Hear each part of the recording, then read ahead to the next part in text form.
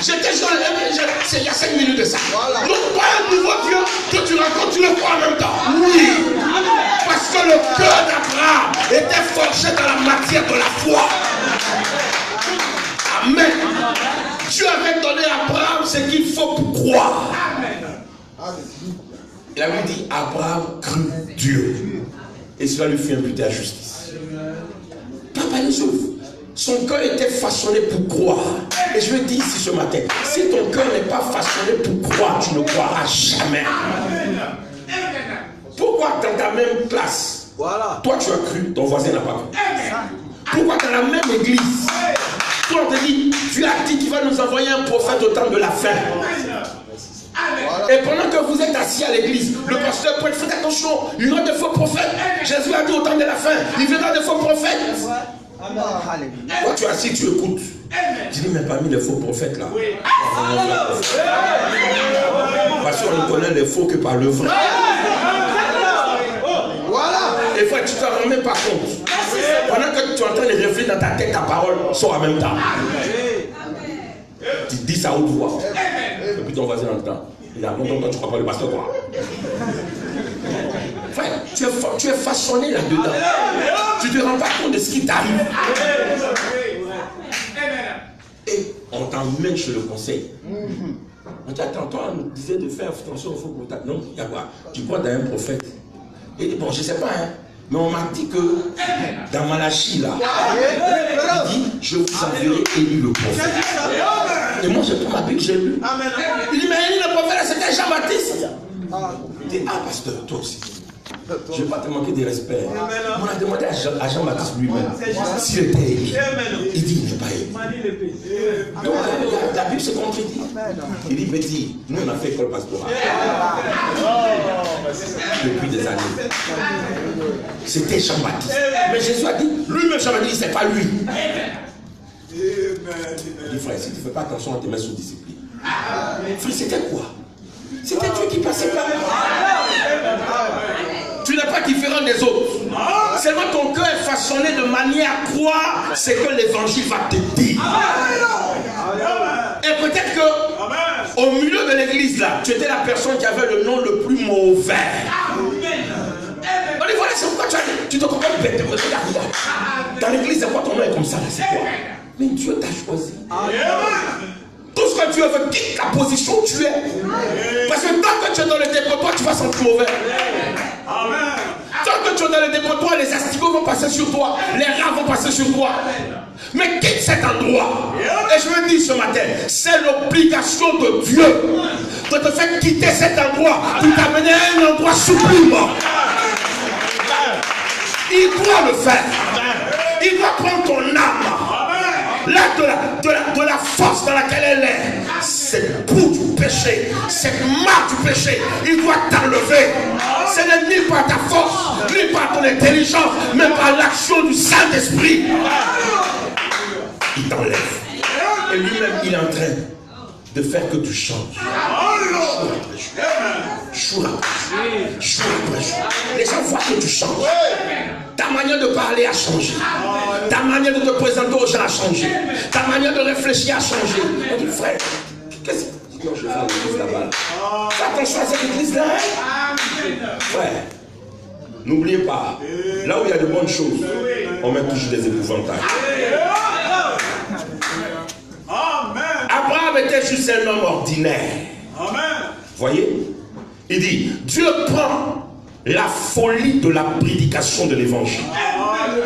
Il prend des gens faibles et humbles pour montrer sa puissance. Il prend les gens non instruits pour confondre ceux qui ont cette grande instruction. Il prend les choses simples pour confondre les sages. Il prend donc ce vieux bois de gopher. Amen. Qui était juste très léger comme le sapin. Et si vous le plongez dans cela dans l'eau, les gens diraient, oh là là, cette chose va sombrer maintenant. Et c'était Dieu. Quand il a dit à Noé, construis-toi l'arche, il n'a pas pris un bois robuste. Il prend le bois de gopher. Un bois, dès que vous mettez un poids dessus, ça se casse. Un bois léger, fragile. Et Dieu lui-même dit, prends. Voyez la sagesse de Dieu. Ça s'oppose à la sagesse de l'homme. Mais attends, il y a un jugement qui vient. Vous connaissez la force de l'eau? Frère, on a eu un avant-goût ici. L'eau a pris des tracteurs, les a renversés, des maisons, des quartiers. J'ai vu là une vidéo où l'eau a rasé tout un quartier. Je crois que c'est dans Philippe Nous. Tout le quartier, les immeubles, tout enlevé, il les a envoyés dans la mer. En 5 minutes, tout balayé. C'est l'eau. Maintenant, Dieu vient, il dit il faut prendre le bois de gopher. Un bois léger qui ne peut pas supporter la pression. Vous mettez, ça se casse. Il dit il faut le prendre. On va dire, mais Seigneur, tu es Dieu, on dirait que je ne suis pas très bien. Mais frère, il sait ce qu'il fait. Et je veux le dire, il sait ce qu'il fait. Il sait ce qu'il fait en te choisissant. Il sait ce qu'il fait en te prenant toi et en laissant celui qui a les plus robustes. Il sait ce qu'il fait. Amen. Il sait ce qu'il fait en m'appelant moi. Il savait toujours ce qu'il faisait dès le départ. Il dit prends un poids de gopher. Comment? Prends la femme là qui est une ménagère. Voilà. Prends là cette femme qui est vulgaire. On dit mais comment Dieu saint comme ça peut prendre une femme qui a cette vie là? Comment regarder son passé? Il dit prends-la. Amen. Il prend les choses fortes pour montrer que la sagesse de l'homme n'est rien du tout. Un bois de gopher. J'aime cela, frère. Je suis heureux d'être un bois de gopher. Frère, peut-être que quand vous me voyez, non, frère, je vais donner à vos descriptions. Mais Dieu sait. Il sait ce qu'il va faire. Il sait pourquoi il m'a choisi. Il sait pourquoi il t'a choisi. Amen. Il dit, il prend donc ce vieux bois de gopher qui était juste très léger comme un sapin. Voyez? Et si vous le plongiez dans l'eau, les gens diront, oh là là, oh là là, oh là là. Cette chose va sombrer maintenant. Même. Bien. Maintenant, c'est ce qu'ils disent. Eh bien, que peut faire cette bande? D'exalter, des fanatiques. Ces gens qu'on dit déjà 7e saut, ils sont en l'air. Qu'est-ce que vous allez faire de ces gens? On dit Dieu vous envoie un prophète, ils sont en l'air. Mais c'est pas qu'on n'a jamais entendu. Il y a plein de prophètes. Frère, des gens de cette qualité. Mais attendez. Le Dieu qui a choisi le gopher, c'est pourquoi il a choisi. Vous voyez, c'est ce qu'ils disent. Eh bien, que peut faire cette bande? Et dire ceci. Vous entendez ces remarques. Mais, avant qu'il soit sur le point de flotter, Dieu dit, ce n'est pas encore fini. Maintenant, allez prendre du poids et déversez-y. Et quand ce poids chaud fut déversé dans ce poids de gopher très flexible, il est devenu aussi dur que du fer. Amen. Un poids léger. Mais attendez, frère, ce n'est pas encore fini. Ce n'est pas encore fini. Le Dieu qui a commencé doit terminer. Il ne s'arrête pas en chemin. Il dit quand vous allez prendre le poids de gopher, ne le mettez pas directement dans l'eau, il ne va pas supporter. Prenez du poids, du bitume, chauffez. Prenez l'onction de Malachika, chauffez. Déversez l'onction en lui. Déversez le Saint-Esprit en lui. Et quand le Saint-Esprit est déversé en lui, il devient aussi dur que du fer. Et dans tous les métaux, le fer est le plus dur. Tu le vois, elle est frêle comme ça. Mais est-ce que tu sais ce qui est dans elle? Tu vois ce frère là, il ressemble à rien. Mais ce que tu sais, c'est qu'on a déversé. Ce bitume chaud qu'on a déversé, c'est ça qui fait la différence. Frère, madame, dit écoutez, frère. Mais avant qu'il soit sur le point de flotter, Dieu dit, ce n'est pas encore fini. Maintenant, allez prendre du poids et déversez-y. Et quand ce poids chaud, l'onction, fut déversé dans ce sapin très flexible, il était devenu aussi dur que le fer. Il dit, même un rondin pouvait s'y cogner et il répondissait. Il dit, et c'est comme ça. Quand une petite pauvre personne, faible, sans instruction, illettrée, vient à Jésus-Christ, c'est à peu près ce qu'il est.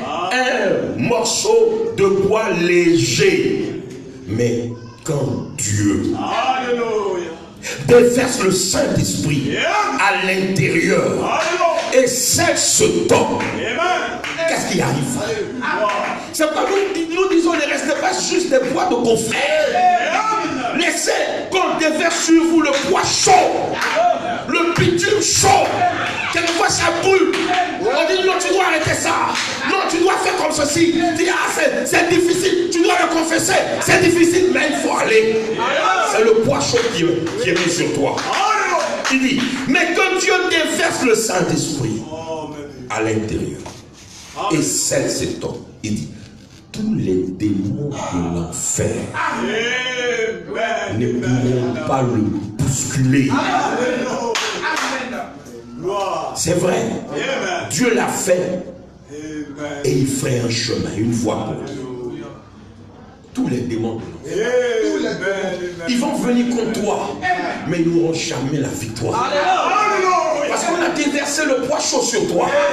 L'onction de Malachika. Vous savez ce que Jean dit? Il dit, petits enfants, vous les avez vaincus à cause de l'onction qui est en vous. Et je peux dire ceci, frère. L'onction, c'est quoi? Aujourd'hui, les gens ont pris l'onction pour danser. Tu vibres un peu, tu trembles un peu. On dit non, il a l'onction. Non! Tu chantes un peu, on dit non, il faut dire ça, ce sont les bénédictions. Il dit ce n'est pas l'onction. Il dit qu'est-ce que l'onction? Il dit l'onction c'est une personne. Amen. Il dit l'onction c'est Christ. Et il dit, écoutez, Moïse était l'onction de son jour. Amen. Il dit Moïse était Christ. Élie était Christ. Jean-Baptiste était Christ. Il était l'onction de son jour. Pourquoi? Écoutez frère, on peut aller un peu. Quand Dieu a appelé Moïse, Dieu l'a établi. Qu'est-ce que Dieu a fait? La Bible dit, Dieu a pris l'onction qui était sur Moïse et il a déversé sur 70. Oh, comment ça? Dieu n'a pas pris l'onction qui était en haut. Il a pris l'onction qui était sur Moïse. Il a enlevé, il a mis ici. Il a mis ici. Il a mis ici parce que Moïse était Christ. Une onction de 40 jours de jeûne. Prenez l'onction de Malachika. Si vous voulez faire Laodicée et ses démons, prenez l'onction qui était sur Malachika. Qui est Malachika? Les gens refusent le prophète. Je le dis simplement. Ils refusent de croire en William Branham. Il dit non, non, on croit Dieu. Voilà. Les enfants disaient croyaient Dieu. Mais Dieu n'a pas pris son onction de Dieu. Il a pris l'onction de Moïse. L'onction de Moïse. Et il a divisé. Et alors ces gens ont été comme Moïse. Si dans cet âge, Dieu nous envoie une onction, une personne, prenez l'onction de cette personne. Fouillez dans cette génération, combien de personnes ont été loin dans cette génération? Les gens font beaucoup de bruit. Je suis 8e prophète, je suis 9e, je suis dans le 7e et demi. Frère, mais quand nous regardons, combien de personnes, combien, quand ils sont nés, Dieu lui-même descend. Et au-dessus du petit berceau, en paille, il vient, il se met là. Il dit, oh, ça c'est mon corps. Je vais l'utiliser bientôt. Et lui-même, il veille sur ce corps. Quand il a eu 9 ans, il dit, quand tu seras grand, regarde, Dieu ne l'attend même pas. À 9 ans, il commence à lui parler. Ne te suis pas, ne bois pas, ne fume pas. Parce que quand tu seras plus grand, je vais emprunter ton corps pour une œuvre de délivrance. Une œuvre de délivrance totale. Et les gens veulent se comparer à Frère. Vous savez, ce qui crée des problèmes dans leur tête, c'est parce que Frère Branham vient d'une famille pauvre. Mais c'est la preuve qu'ils ne connaissent pas l'écriture. Parce que l'écriture déclare que Dieu prend les choses viles, les choses folles, insensées, méprisées, pour confondre les sages.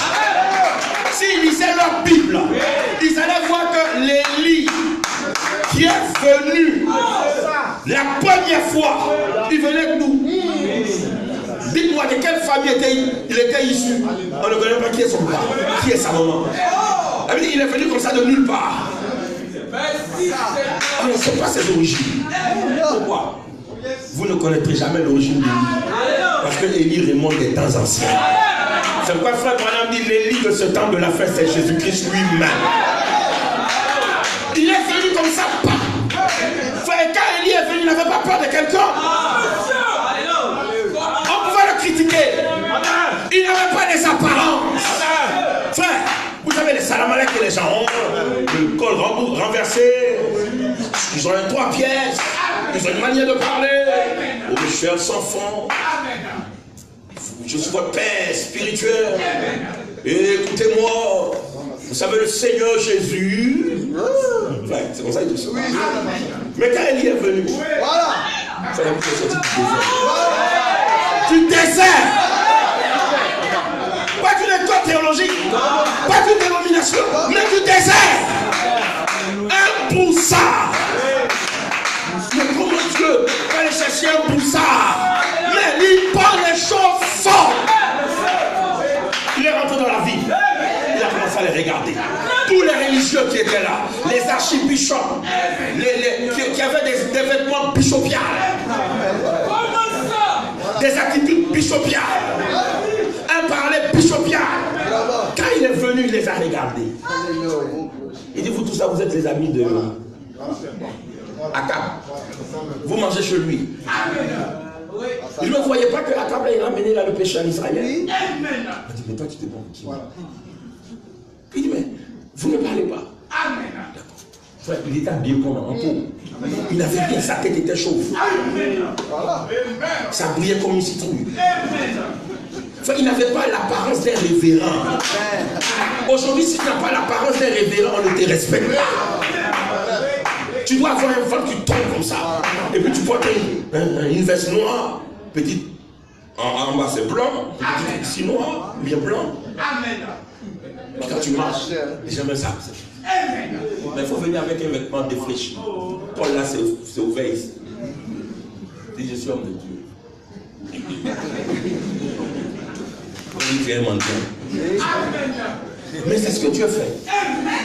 Il a pris Élie qui venait de nulle part. Et regardez ce qu'il a fait. Il dit, Akab, toi et ta femme, vous avez envoyé le péché en Israël. Dieu va vous condamner. Il va vous tuer. Voilà. Frère, on ne prêche pas comme ça. Hein? Toi, tu viens prêcher, Dieu va tuer les gens. Tu ne sais pas que Dieu est amour.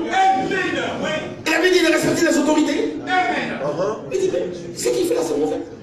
Dis-tu la vérité? Non, toi aussi. C'est pas que je vis dans une maison de 400 000. Si je ne paye pas là, je fais comment?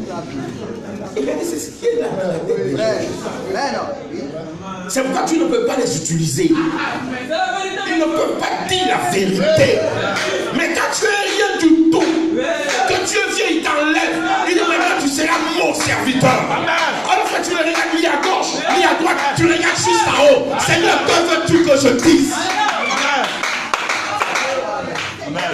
Élie est venu. Il dit, on saura qui est le vrai Dieu. Rendez-vous au mont Carmel. Frère, et je vous dis, il y aura un mont Carmel. Là-bas, les prophètes de Baal étaient là, bien habillés.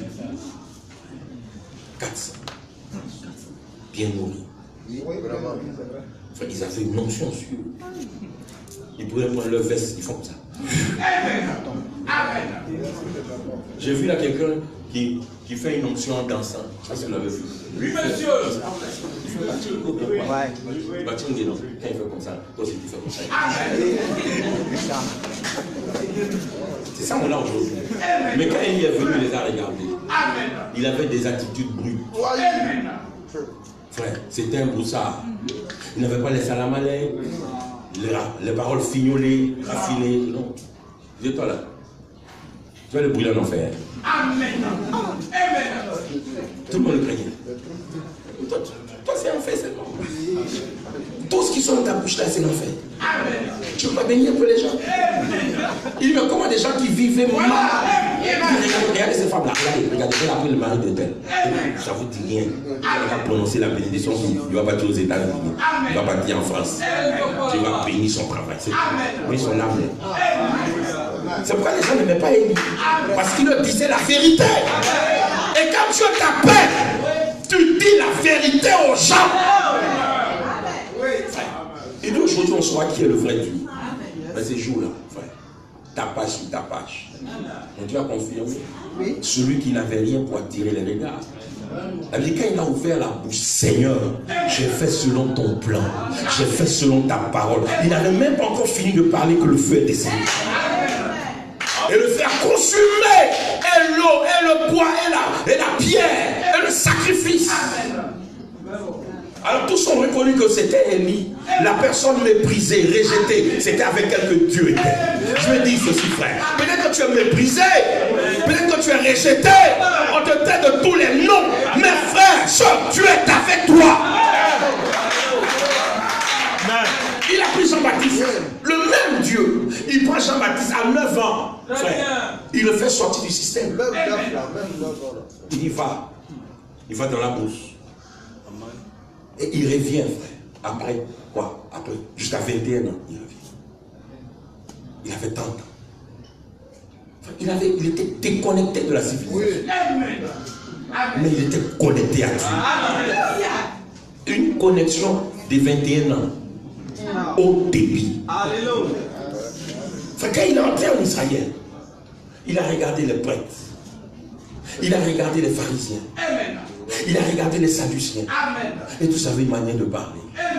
Et tous avaient une manière de marcher. Une démarche bichopiale. Vous savez comment il marche? Il ne court pas. Parce que courir, c'est pas rien. Même s'ils sont en retard. Amen.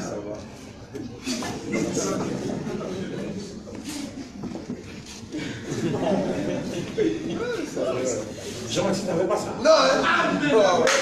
Et quand il est venu en Israël, il était habillé en peau de mouton. Des cheveux qu'il n'avait jamais peignés. Des dents qui n'étaient pas brossées pendant 21 ans. Il avait ici à son côté du miel et puis des sauterelles grillées. Un menu divin. Parce que c'est Dieu qui a dit de faire. Il avait ça accroché. Il est rentré en Israël. Enfin, il était déconnecté. Il a mis du temps avant de se ressaisir. Il dit, mais pourquoi? Il regarde les pharisiens. Il dit, pourquoi il semble au vipère que j'ai vu là-bas dans le livre? Il dit, mais pourquoi vous faites ça? Regardez votre manière de marcher. Il dit, répondez-vous. Ne dites pas que nous avons pris Abraham. Parce que je vous dis de ces pierres-là, Dieu me dit des enfants Abraham. Ils ont dit, oh pardon. Et ils ont esquivé. Il dit, vraiment, vous êtes une race de vipères. Parce qu'au désert, là, quand la vipère est dans il prend un caillou, il lance. Et la vipère esquive. Et nous savons que le caillou, c'est la pierre c'est la révélation. Quand vous envoyez la parole, ils esquivent. Vous envoyez l'évangile, ils esquivent. Il dit, race de vipères. Frère, il a changé la donne. Tout le monde parlait de Jean-Baptiste dans la ville. Mais là, c'est qui? Il vient de quelle école? Qui l'a compté? Qui était son père spirituel? Il dit, un jour, ils ont envoyé, d'où tu viens? Qui es-tu? Il dit, je suis la voix de celui qui crie dans le désert. Aplanissez la voie du Seigneur. Redressez vos chemins. Mais ça, c'est quelle identité, ça? Il dit, elle le dit. Un vrai prophète s'identifie dans les églises. Un vrai prophète. Non, j'ai fait 40 jours. Je suis allé sur la montagne, j'ai vu un seau bleu. Et puis du seau bleu là, il y a un liquide vert qui est sorti. Et de liquide vert là, il y a une voix. Non, c'est pas ça un prophète. Un prophète, son identité dans les Écritures. Qui es-tu? Je suis la voix de celui qui crie dans le désert. Malachie. Et pourtant, il n'était pas selon le nord. Voilà. Dieu quand même l'avait choisi. Et quand Jésus parle de lui, il dit de tous les prophètes nés de femmes, il n'y a pas un comme Jean-Baptiste. Dieu refait la même chose au temps du soir. Il fait la même chose. Cet esprit-là ne meurt pas. Dieu l'envoie sur un. Cette personne finit, il se couche. Il envoie sur un deuxième, il se couche. Il envoie sur un troisième, il se couche. Élisée, c'était qui? C'était un laboureur. Quand Élie l'a pris, c'était un laboureur. On allait dire un cultivateur.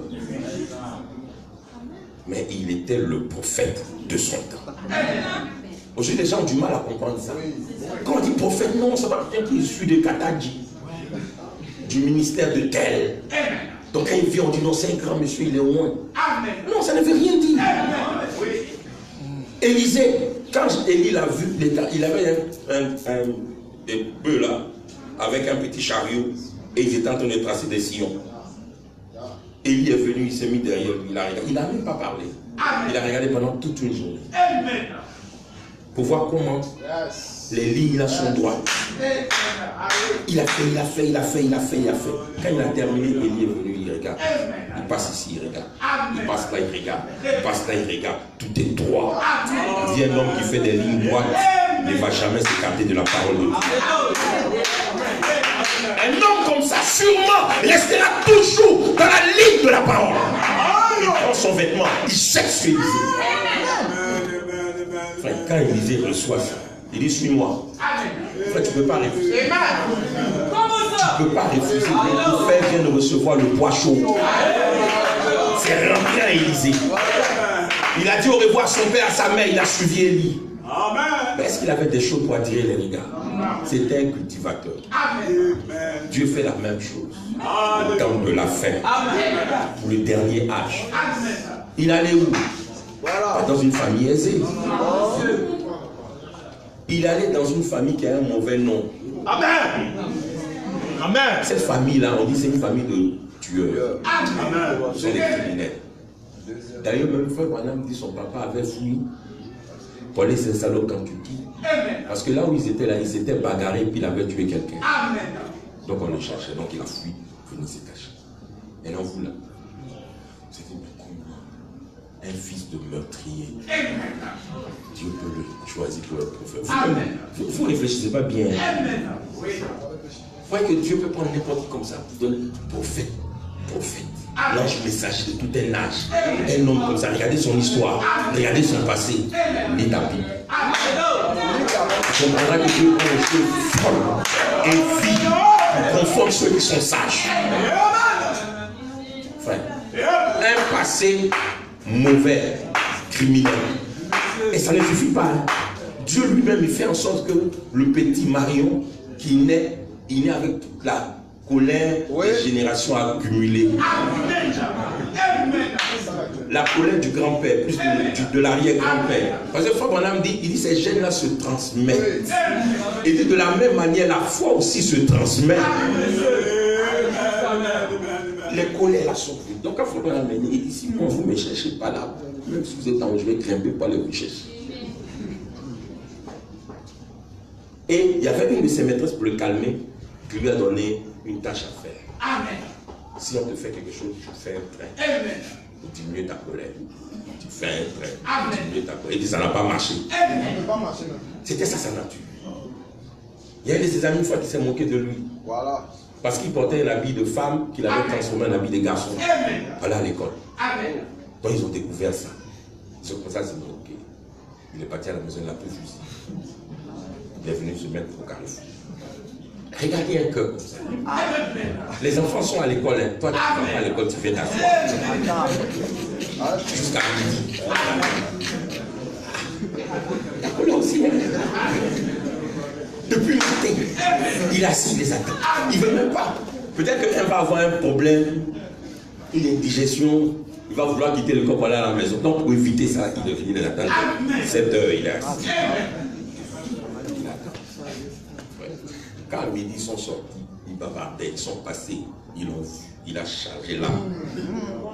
C'est qui? Vous êtes moqué de qui? C'est moi. Il a tiré. Un enfant, hein? C'est un enfant, c'est pas un vieux, c'est un enfant. Il a le cœur qui peut tuer. Mais Dieu l'a choisi. Dieu l'a choisi. C'est vrai qu'il n'y a pas l'état. Les gens peuvent dire ce qu'ils veulent.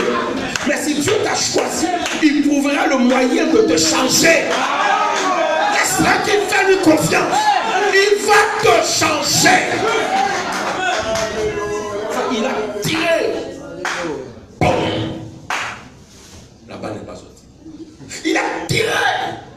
C'est pas ça. Il a tiré une troisième fois. Il a jeté là. Parce qu'il fait bon, bon, bon.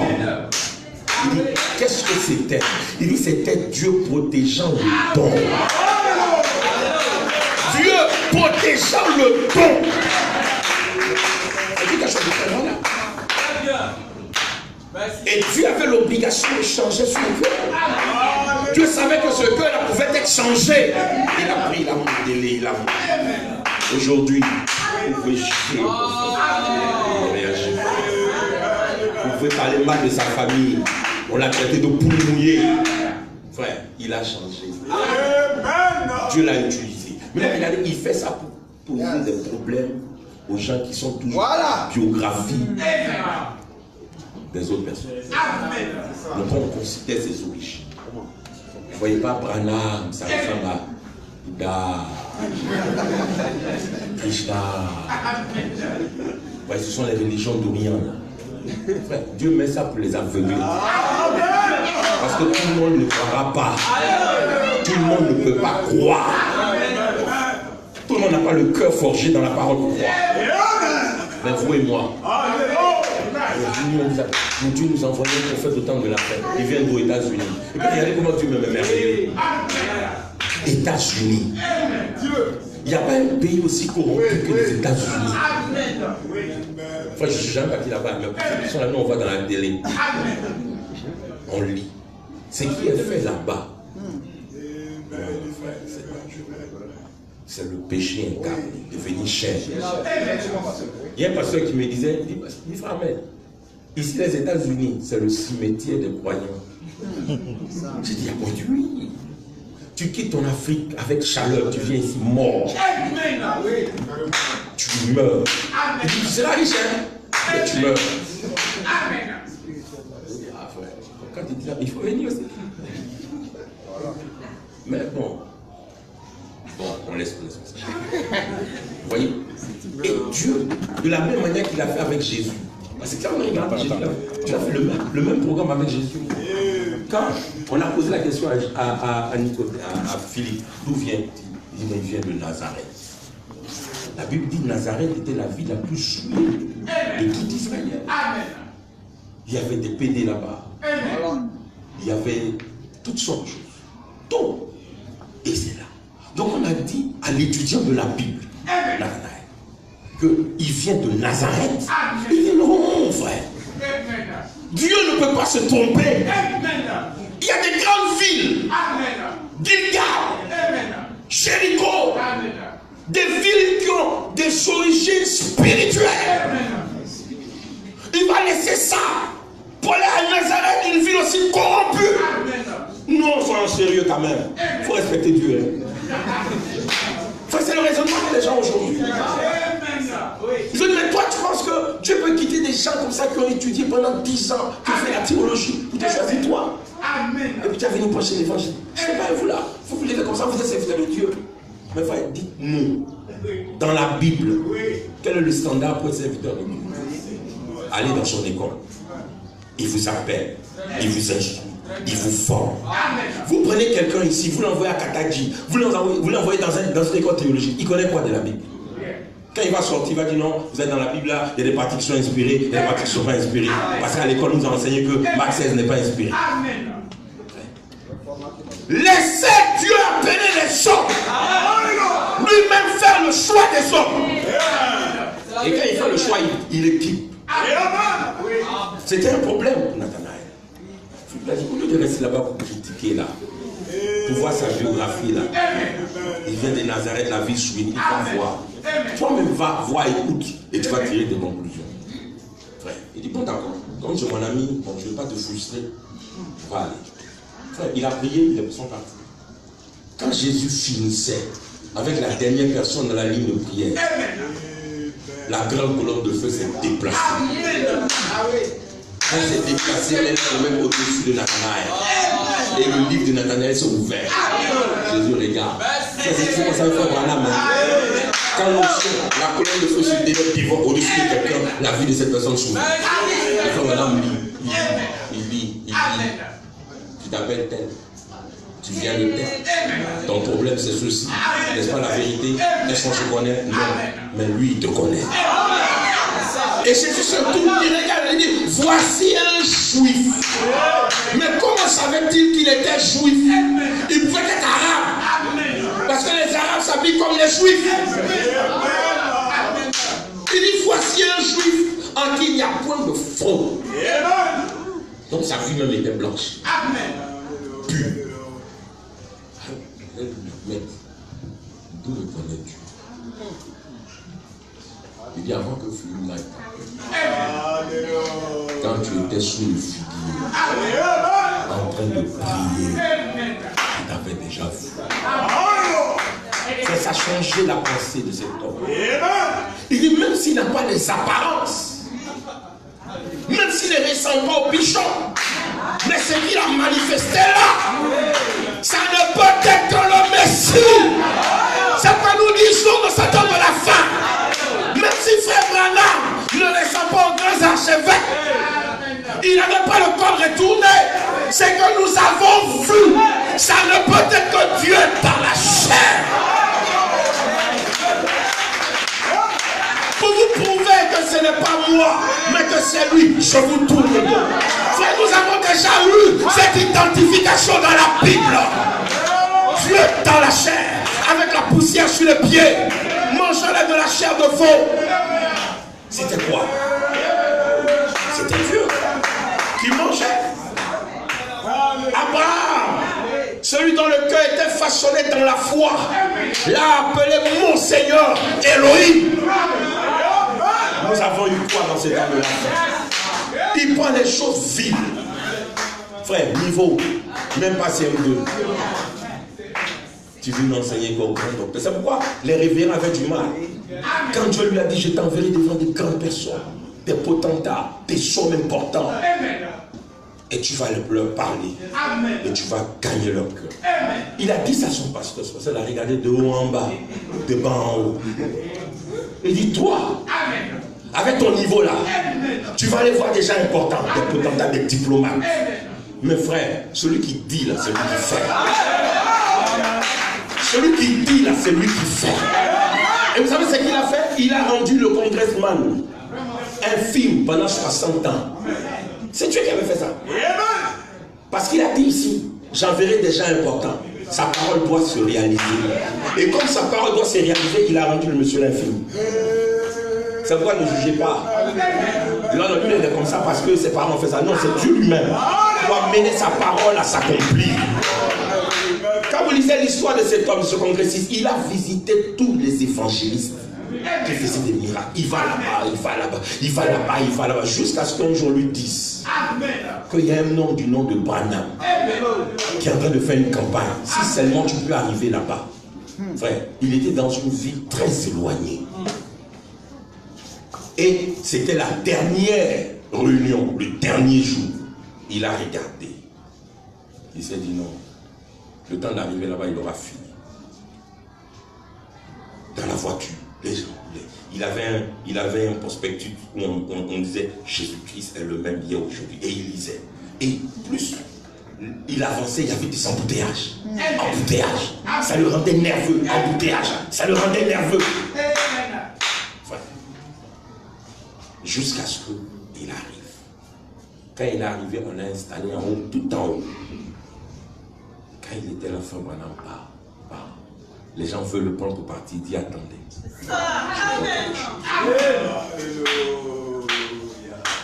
Il voit quelqu'un qui tout jeune fait un accident. Il tombe. Il a un problème avec sa colonne vertébrale. Il est paralysé. Il regarde. Il dit dans le balcon ici, à cet endroit, il y a un homme. C'est un homme du congrès. Il dit vous devez être président, n'est-ce pas? Mais on n'a pas voulu à cause de votre position sur l'alcool. Il dit, ainsi dit le Seigneur, vous êtes guéris. Frère, cet homme qui n'a pas marché pendant 60 ans s'élève après 60 années. Il se met à marcher. Mais qui a fait ça? C'est le même Jésus. Celui qui prend les choses fortes pour confondre les sages. Frère, quand le congressman a été guéri, il est rentré dans l'équipe de Branham. Il sait ce qu'il fait. Ne jugez pas les gens selon les apparences. Ça ne veut rien dire. Le Dieu qui appelle, c'est lui qui est qui. Frère, je finis ici. Regardez Bethléem. La Bible dit, et toi, Bethléem d'Ephrata, la plus petite des villes. Et pourtant, c'est de toi que viendra loin le Messie, le Chilo. Dieu pour une petite ville. Et faut me dire, cette ville-là même a été créée par Salma, qui a épousé Rahab. C'est lui qui a fait. Et vous dites, quand Josué est rentré dans le pays et qu'il a divisé, il dit cette terre qui est tellement petite que ce n'est même pas mentionné sur la carte. Mais quand Dieu fait, il laisse les grandes villes, il laisse les endroits fameux, il va péter. Un endroit insignifiant, un endroit méprisé, il va. Et c'est de là. Quand ils ont cherché, mais d'où viendra le Messie? On ne savait pas. Ah, les Écritures, ils ont vu Bethléem.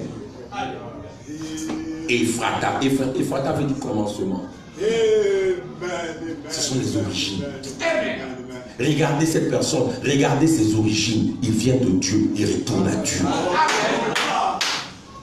Ephrata. C'est ça qui importe. Ephrata. D'où viens-tu? Quelles sont tes origines? Jésus dit, je viens de Dieu et je retourne à Dieu. Et pourtant, il n'avait rien pour attirer les regards. Il était frère. Mais dans cette nature, cette forme, la Bible dit, c'était l'ancien des jours. Ses origines remontent aux temps anciens. Et toi, on a dit de cette ville est venu le Messie. Et Dieu a fait que cette ville, Bethléem, est devenue le grenier d'Israël. La ville la plus fertile, c'était Bethléem. Pourtant, on ne la connaissait pas. C'est pourquoi je veux dire ici, frère. Même si les gens ne parlent pas bien de toi, ça ne veut rien dire. Dieu prend ce qui est méprisé pour en faire une gloire. Et il va te choisir. Dans ce temps de la fin. Il m'a choisi moi. Il vous a choisi vous.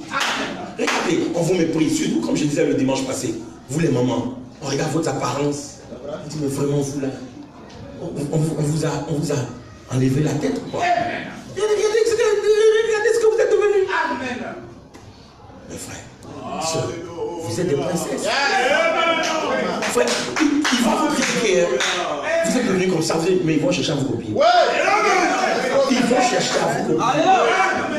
Vous allez les voir dans le salon dire à leur femme, tu peux comme la voisine là. Tu veux comme la voisine là. Toi, c'est toujours toi dans le quartier, c'est ta bouche dans m'attend seulement. Tu veux comme la voisine, tu vois comme elle est discrète. Tu l'as jamais vu en train de faire une parole dans le quartier. Toi, c'est toujours toi. Tu le fais où? Voilà. À cause de la voisine. Pourtant, dehors, elle va mettre ses foulards à gauche, ses crayons en l'air, sourcils à droite, faux ongles, faux yeux. Et c'est pas là qu'avec ça. Et les gens l'admirent. Mais toi, quand tu vois, tu dis, oh, ça c'est quelle antiquité ça? Mais ils savent. Quand ils rentrent chez eux, ils savent. Les femmes, il faut la respecter.